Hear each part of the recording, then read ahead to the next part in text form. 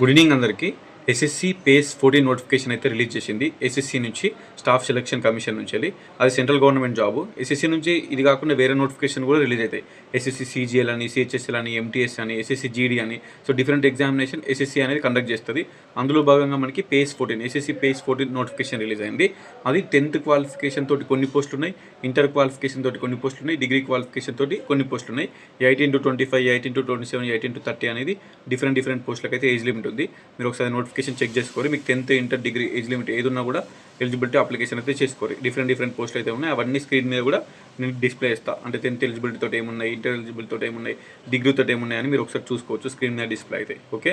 And మీరు గూగుల్లోకి వెళ్ళి కూడా ఎస్ఎస్సి పేస్ 14 నోటిఫికేషన్ పీడిఎఫ్ అని సెర్చ్ చేస్తే మీకు చేసుకోవచ్చు, అప్లికేషన్ చేసుకోవచ్చు. ఇది అన్నట్టు ఏజ్ లిమిట్ ఒక్కొక్క పోస్ట్కి ఒక్కొక్కలా ఉంది. అది కూడా చెక్ చేసి అప్లికేషన్ చేసుకోవాలి. 3000+ వేకెన్సీస్ అయితే అఫీషియల్గా రిలీజ్ అయినాయి. మనకి పేపర్ ఇంగ్లీష్లో అండ్ హిందీలో ఉంటుంది. అది సెంట్రల్ గవర్నమెంట్ది కాబట్టి తెలుగులో అయితే ఎగ్జామ్ అనేది ఉండదు. ఎగ్జామ్ ప్యాటర్న్ ఎట్లుంటాయంటే మొత్తం 100 క్వశ్చన్లు వస్తాయి. అర్థమెటిక్ మ్యాథ్స్ అనేది ఒక 25 questions, reasoning 25 questions, English 25 questions, next general awareness 25 questions. గంట సేపు ఎగ్జామ్ ఉంటుంది. అది కూడా సెక్షనల్ టైమింగ్స్. అర్థమెటిక్ 15 minutes ఉంటుంది. అది అయిపోయిన తర్వాత రీజనింగ్ 15 minutes ఉంటుంది.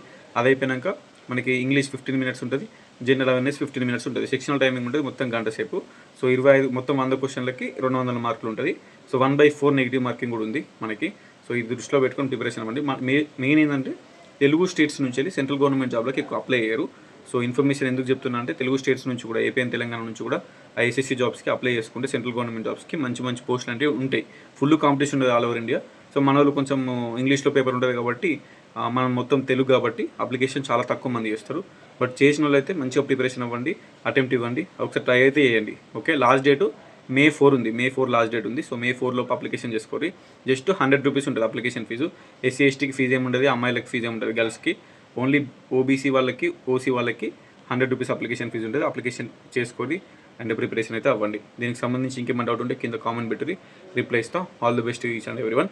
ఇలాంటి ఇన్ఫర్మేటివ్ వీడియోస్ కోసం కంపల్సరీ ఇన్స్టాగ్రామ్ పేజ్ని ఫాలో అవ్వండి. Thank you.